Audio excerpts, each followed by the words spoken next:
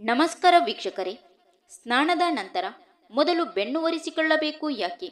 ಸ್ನೇಹಿತರೆ, ನಾವು ಬೆಳಿಗ್ಗೆ ಎದ್ದು ಸ್ನಾನ ಮಾಡಿ ಮೈಯನ್ನು ಟವಲ್ನಿಂದ ಒರೆಸಿಕೊಳ್ಳುತ್ತೇವೆ.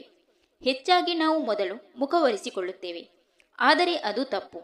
ನಾವು ಸ್ನಾನ ಮಾಡಿದ ಕೂಡಲೇ ದೇಹದ ಯಾವ ಭಾಗವನ್ನು ಮೊದಲು ಒರೆಸಿಕೊಳ್ಳಬೇಕು ಎಂದು ನಮ್ಮ ಪುರಾಣದಲ್ಲಿ ಹೇಳಲಾಗಿದೆ. ಅಲ್ಲದೆ ಇದಕ್ಕೆ ವೈಜ್ಞಾನಿಕ ಕಾರಣ ಕೂಡ ಇದೆ. ಸ್ನೇಹಿತರೆ, ನಮ್ಮ ವೀಕ್ಷಣಲೋಕ ಚಾನೆಲ್ನ ಸಬ್ಸ್ಕ್ರೈಬ್ ಮಾಡಿಕೊಂಡು ಬೆಲ್ಲೈಕನ್ನು ಒತ್ತಿ ವಿಡಿಯೋಗೆ ಒಂದು ಲೈಕ್ ನೀಡಿ. ಸ್ನೇಹಿತರೆ, ಈ ವಿಷಯ ಮೊದಲೇ ನಿಮಗೆ ಗೊತ್ತಿದೆ ಎಂದಾದರೆ ಕಮೆಂಟ್ ಬಾಕ್ಸಲ್ಲಿ ಸ್ನಾನ ಎಂದು ಟೈಪ್ ಮಾಡಿ ಮತ್ತು ನೀವು ಯಾವ ಭಾಗವನ್ನು ಮೊದಲು ಒರೆಸಿಕೊಳ್ಳುತ್ತೀರಿ ಎಂದು ಕಮೆಂಟ್ ಬಾಕ್ಸಲ್ಲಿ ತಿಳಿಸಿ. ನಮ್ಮ ನಂಬಿಕೆಯ ಪ್ರಕಾರ ಮಂಗಳಕರ ದೇವತೆಗಳು ಮತ್ತು ಅಮಂಗಳಕರ ದೇವತೆಗಳು ನಮ್ಮ ದೇಹವನ್ನು ಆಶ್ರಯಿಸಿದ್ದಾರೆ. ಸ್ನಾನ ಮಾಡುವಾಗ ನಮ್ಮ ದೇಹ ಬಿಟ್ಟು ಹೋಗುತ್ತಾರೆ. ಸ್ನಾನದ ನಂತರ ಪುನಃ ದೇಹವನ್ನು ಆಶ್ರಯಿಸುತ್ತಾರೆ. ಸ್ನಾನ ನಂತರ ಬೆನ್ನನ್ನು ಮೊದಲು ಒರೆಸಿಕೊಳ್ಳುವುದರಿಂದ ಅಮಂಗಳಕರ ದೇವತೆಗಳು ಅಲ್ಲಿ ನೆಲೆಸುತ್ತಾರೆ.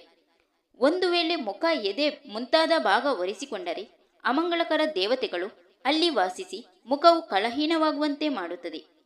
ಬೆನ್ನು ಒರೆಸಿದ ಬಳಿಕ ಮುಖ, ಎದೆ ಒರೆಸಿಕೊಂಡರೆ ಶ್ರೀದೇವಿ ಮುಖದ ಭಾಗದಲ್ಲಿ ನೆಲೆಸಿ ಮುಖಮಂಡಲ ತೇಜೋಮಯವಾಗಿ ಕಾಣುತ್ತದೆ. ಜನಾಕರ್ಷಣೆ ಮತ್ತು ಶುಭ ಫಲ ಉಂಟಾಗುತ್ತದೆ. ವೈಜ್ಞಾನಿಕವಾಗಿ ನೋಡಿದಾಗಲೂ ಬೆನ್ನೆಲುಬು ಬೇಗನೆ ಥಂಡಿಯಿಂದ ರಕ್ಷಣೆ ಪಡೆದು ಆರೋಗ್ಯ ವೃದ್ಧಿಯಾಗಬಹುದು. ಆದ್ದರಿಂದ ಸ್ನಾನದ ನಂತರ ಮೊದಲು ಬೆನ್ನು ಒರೆಸಿಕೊಳ್ಳಬೇಕೆಂಬ ವಾಡಿಕೆ ಇದೆ.